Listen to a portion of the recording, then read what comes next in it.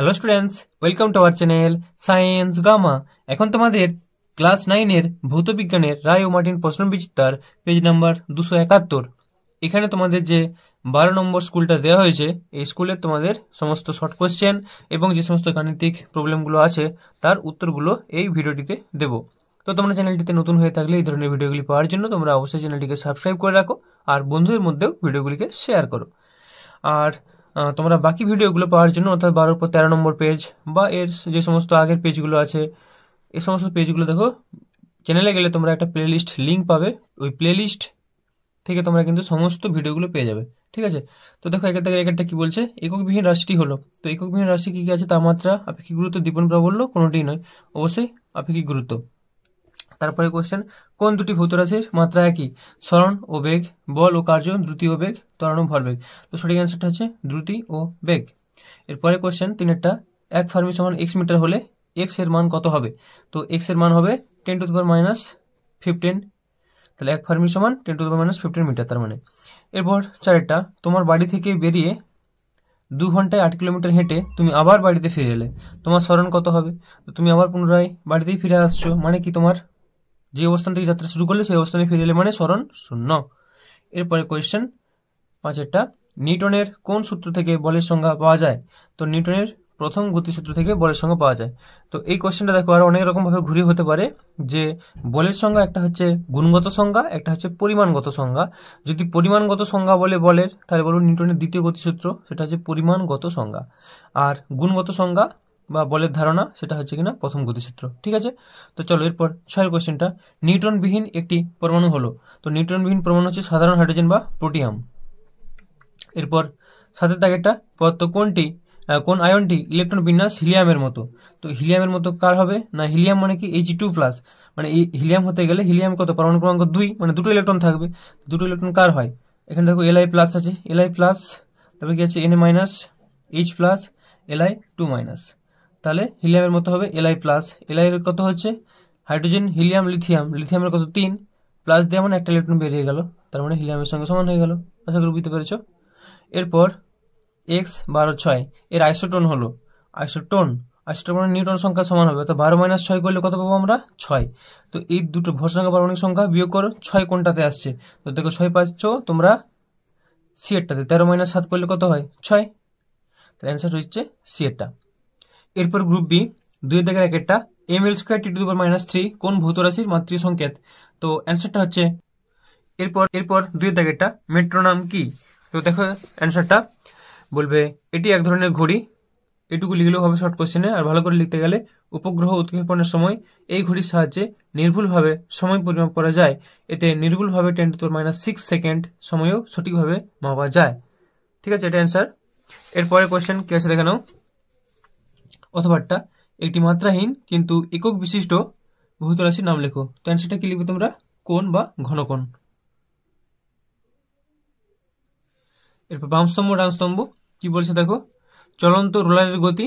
তো চলন্ত রোলারের গতি হচ্ছে কি, দেখো রোলারটা চাকাটা ঘুরছে, রোলারের চাকা ঘুরছে মানে রোলারটা এগিয়ে এগিয়ে যাবে, চাকাটা এগিয়ে যাবে, আবার চাকাটা একটা অক্ষের সাপেক্ষেও ঘুরছে, তার মানে এটা হবে অবশ্যই মিশ্র গতি। তাহলে চলন্ত রোলারের গতি হবে মিশ্র গতি, এটা হবে সি। তারপর লিফটের গতি হবে সরল চলন গতি, মানে এটা অ্যান্সারটা হবে ঘড়ির কাঁটার গতি। তো সমদ্রুতি সম্পন্ন গতি। ঠিক আছে, ঘড়ির কাঁটার গতি হচ্ছে সমদ্রুতি সম্পন্ন গতি। এরপর 4-এর দাগেরটা, একটি পরমাণু থেকে ইলেকট্রন বেরিয়ে গেলে কি উৎপন্ন হয়? তো একটি পরমাণু থেকে ইলেকট্রন বেরিয়ে গেলে ধনাত্মক আয়ন উৎপন্ন হয়, বা ধনাত্মক আয়ন মানে কি বলতে পারি আমরা? ক্যাটায়ন। এরপর অথবাটা শূন্যস্থান পূরণ, আইসোবারগুলির ড্যাশ সমান। তো আইসোবার মানে ভর সংখ্যা সমান। এরপর সত্য মিথ্যা, Cl- ও Ca2+ আয়নের ইলেকট্রন সংখ্যা সমান, এটা হবে সত্য। কারণটা দেখে নাও, দেখো Cl- মানে ক্লোরিনের কত, পরমাণু ক্রমাঙ্ক 17, মাইনাস মানে আরো একটা এক্সট্রা আছে, অর্থাৎ 18 হয়ে গেল। ক্যালসিয়ামের ক্ষেত্রে কত হয়? 20। Ca2+ মানে দুটো ইলেকট্রন বেরিয়ে গেল, অর্থাৎ 20 - 2 করলে কত হয় না 18, তাহলে এটাও 17 + 1 18 হলো, এটাও কি হলো 20 - 2 18 হলো, তার মানে এটা সত্য। আশা করি বুঝতে পেরেছো। এরপর চলে আসো গ্রুপ সি। গ্রুপ সি 3 দাগের 2 দেখো একটা কোয়েশ্চেন দিয়েছে। 2 4 ডিগ্রি সেন্টিগ্রেড উষ্ণতায় 40 গ্রাম জলে একটি পাত্র পুরোপুরি ভর্তি হয়, ওই পাত্রে 32 গ্রাম কেরোসিন ধরলে কেরোসিনের ঘনত্ব কত হবে? ঠিক আছে, তাহলে আমরা কি করব, আগে আয়তনটা জলের সাপেক্ষে বের করে নেব। তো সেই আয়তনটাই সেই পাত্রে আবার কেরোসিন রাখছি, যেহেতু আয়তন একই থাকবে, যে সেখান থেকে কি করবো, ঘনত্বটা বের করে নেব, ভর দেওয়া আছে। আশা করি বুঝতে পারছো। তো অ্যান্সারটা দেখো, এভাবে লিখবে তোমরা যে প্রদত্ত M1 হচ্ছে 40 গ্রাম, D1 অর্থাৎ এটা জলের ক্ষেত্রে, জলে ভর দেওয়া আছে 40 গ্রাম, D1 ঘনত্ব দেওয়া আছে এত, ঠিক আছে, এত গ্রাম পার সিসি, 1 গ্রাম পার সিসি জলের ঘনত্ব। আয়তনটা বের করবো আমরা, লিখবো আমরা জানি M1 সমান D1 V বা V সমান M1 বাই D1। এখান থেকে ভিটা পেয়ে যাচ্ছে, তাহলে 40/1 করলে কত, 40ই পাবো, 40 সিসি। এবার করছি দেখো কেরোসিনের ক্ষেত্রে, আবার M2 সমান 32 গ্রাম, D2 সমান জিজ্ঞাসা চিহ্ন, অর্থাৎ কেরোসিনের ঘনত্ব কত বের করতে হবে। ভি কি, যেটা জলের আয়তন ছিল সেই একই পাত্র, সেই পাত্রে সম্পূর্ণভাবে কেরোসিন ভর্তি হয়ে যাচ্ছে, জল সম্পূর্ণ ভর্তি হয়েছিল, তার মানে কি আয়তনটা একই আছে, তাহলে সেই আয়তনটা তাহলে লিখবো ভি সমান 40 সিসি। এক্ষেত্রে লিখবো M2 সমান D2 ভি বা D2 সমান M2 বাই ভি। তাহলে মানগুলো বসিয়ে দাও, তাহলে 32 আর 40 মানে 4/5, 4/5 মানে হচ্ছে 0.8 বা 0.80 এত গ্রাম পার সিসি, অ্যাকচুয়ালি সেন্টিমিটার কিউব। তাহলে অতএব নির্ণয় কেরোসিনের ঘনত্ব 0.80 গ্রাম পার সেন্টিমিটার কিউব, ঠিক আছে, বা সিসি। এটাই হলো অ্যান্সার। তো চলো এরপর 3 দাগের 5 কি বলছে দেখো, 54 কিলোমিটার পার আওয়ার বেগে চলমান একটি বালি ভর্তি লরির তলদেশের ছিদ্র দিয়ে 2 কেজি পার সেকেন্ড হারে বালি পড়ে যাচ্ছে। লরিটি স্থির বেগে চালানোর জন্য লরিটির ওপর কত বল প্রয়োগ করতে হচ্ছে? ঠিক আছে, তো অ্যান্সারটা দেখে নাও। তা লিখবে প্রদত্ত ভি সমান 54 কিলোমিটার পার আওয়ার, এটা দেওয়া আছে কোয়েশ্চেনে। তাহলে কিলোমিটার পার আওয়ারটাকে আমরা মিটার পার সেকেন্ডে করে নিলাম। তো মিটার পার সেকেন্ডে করার জন্য 5/18 গুণ করবো, কারণ 1 কিলোমিটার সমান 1000 মিটার আর 1 ঘন্টা সমান 3600 সেকেন্ড। তো 1000/3600 মানেই 5/18। তো এটা গুণ করলে আমার পাচ্ছি দেখো 3×18 54, তার মানে 3×5 15 মিটার পার সেকেন্ড। আর delta M by delta T এর মানটা দেখো দেওয়া আছে 2 কেজি পার সেকেন্ড, কারণ এখানে লেখা আছে কোশ্চেনে দেখো বালি ভর্তি লরির তলদেশের ছিদ্র দিয়ে এত কেজি পার সেকেন্ড হারে বালি পড়ছে, তার মানে ডেল এম বাই ডেল্টির মানটা দিয়েছে 2 কেজি পার সেকেন্ড। এফ এর মানটা বের করতে হবে, লিখবো আমরা জানি এফ সমান del M by del t into V. এটা যখন দেখো ভরবেগ পড়া শুরু করবে সেই জায়গায় এই ইকুয়েশনটা পাবে, ঠিক আছে, যেই টেক্সট বই ব্যবহার করো না কেন এই ইকুয়েশনটা তোমরা সেখানে পেয়ে যাবে, যে এফ সমান del M by del t into V, মানে ভরবেগের পরিবর্তন ভর ইন্টু বেগ বাই সময়, সেটাই তো আমাদের এফ, নিউটনের দ্বিতীয় গতিসূত্র তাই বলে, তাই না? তাই মানগুলো বসিয়ে দাও, ডেল এম বাই ডেল্টির মান হচ্ছে 2 আর গুণিত ভি এর মান কত আছে 15, তাই 2 15 দুগুণে 30, অ্যান্সার হচ্ছে 30 নিউটন। অতএব লরিটির ওপর 30 নিউটন বল প্রয়োগ করতে হচ্ছে। এটা হয়ে গেল অ্যান্সার। তো চলো এরপরে কি কোশ্চেনগুলো আছে একটু আমরা দেখে নেব। 3 দাগের 5 অথবাটা কি বলছে দেখো, প্রদত্ত ক্ষেত্রগুলির সরণ সময় এসটি লেখচিত্র অঙ্কন করো। সমবেগে গতিশীল আর হচ্ছে সমত্বরণে গতিশীল, ঠিক আছে, সমবেগে গতিশীল ক্ষেত্রে এবং সমত্বরণে গতিশীলের ক্ষেত্রে। তাহলে সমবেগে গতিশীল যখন হবে তখন এইভাবে গ্রাফটা আমরা আঁকবো। তাহলে এদিকে সময় নেব, এদিকে সরণ নেব, তাহলে মূল বিন্দুগামী সরলরেখা, এটা হচ্ছে সমবেগে গতিশীল। আর যখন বলছে সমত্বরণে গতিশীল তখন কি হবে, সমত্বরণে যেহেতু সরণ সময় গ্রাফ থেকে আঁকতে হবে সমত্বরণ, অর্থাৎ সময় বাড়ার সাথে সাথে সরণটা কিন্তু একই হারে বাড়লে হবে না, তার তুলনায় বেশি হারে বাড়তে হবে। তাহলে জন্য গ্রাফটা এইদিকে দেখো বেঁকে গেছে, সময়ে যেভাবে বাড়ছে তার থেকেও সরণটা আরো বেশি হারে বাড়ছে, এই জন্য এটা বলবো আমরা সমত্বরণে গতিশীল, ঠিক আছে। তো চলো এরপর 3 দাগের 6 Al3+ আয়নের ইলেকট্রন বিন্যাস দেখাও। তো এখানে ইলেকট্রন শুধুমাত্র বিন্যাসটাই দেখাতে বলেছে, তো আমি আরো ভালো করে এটা ছবিটা এঁকে দিয়েছি। তো Al3+ আয়নের ইলেকট্রন বিন্যাস KLm, 3টা কক্ষপথ। দেখো Al3+, অ্যালুমিনিয়াম শুধু যদি হতো Al তাহলে কত হতো না 13 জন্য 2,8,3 হতো, যেহেতু 3+ মানে 3টা ইলেকট্রন বর্জন করেছে, বর্জন করলে কি হবে 2,8, 3টা 13 - 3 করলে কত হয় 10, তার মানে 2,8। এটা হলো কিনা এর কে কক্ষপথ আর এল কক্ষপথের ইলেকট্রন বিন্যাস। এবার সেটা যদি পরমাণু মডেলের সাপেক্ষে দেখাও তাহলে Al3+ এর কিরকম হবে, মাঝখানে ধরো নিউক্লিয়াস হচ্ছে প্লাস, তারপরে প্রথম কক্ষপথে 2টো আর 2,8, তার মানে দ্বিতীয় কক্ষপথে অর্থাৎ এল কক্ষপথে 8টা ইলেকট্রন এভাবে থাকবে, ঠিক আছে। তো এই ছবিটা না গেলেও চলবে, শুধুমাত্র ইলেকট্রন বিন্যাস মানে এটা দেখিয়ে দিলেই হবে।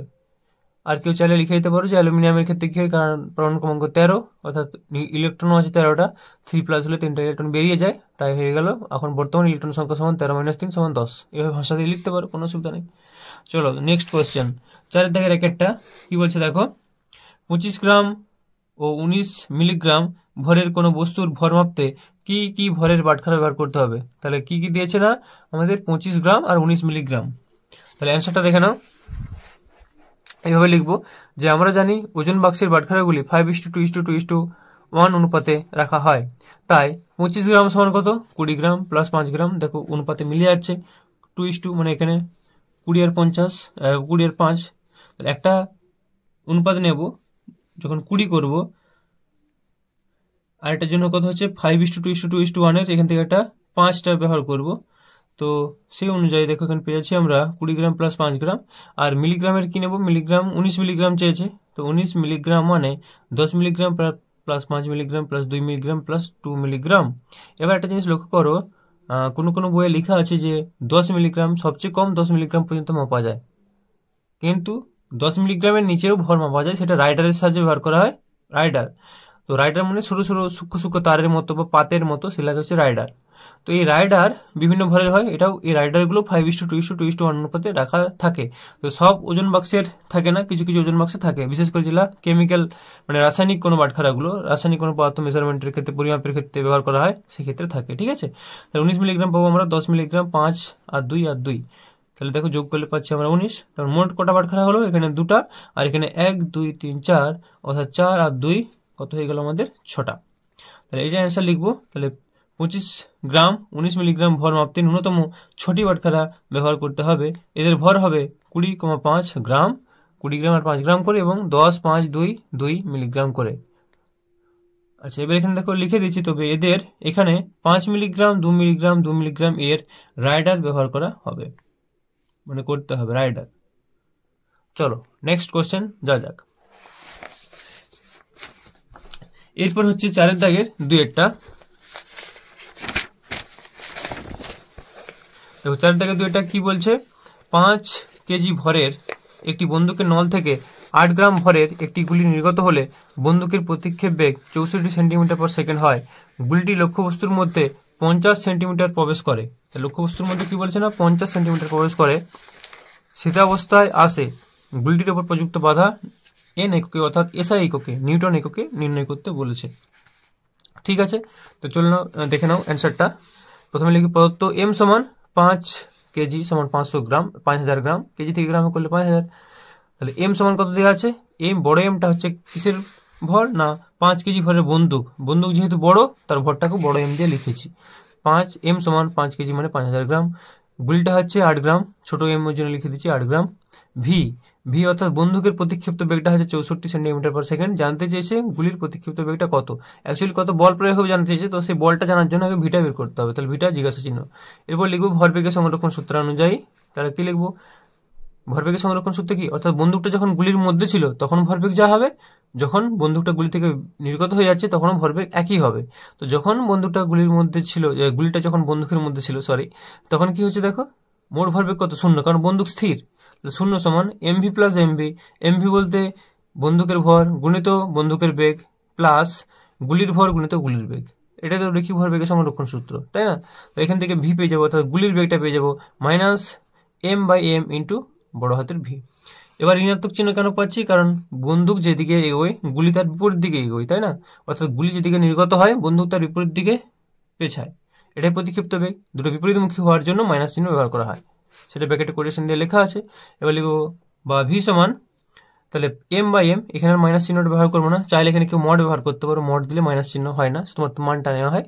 তাহলে কি হচ্ছে না 5000/8, মানগুলো জাস্ট বসিয়ে দিয়েছি, 5000/8 গুণিত ভি, ভির মান কত 64।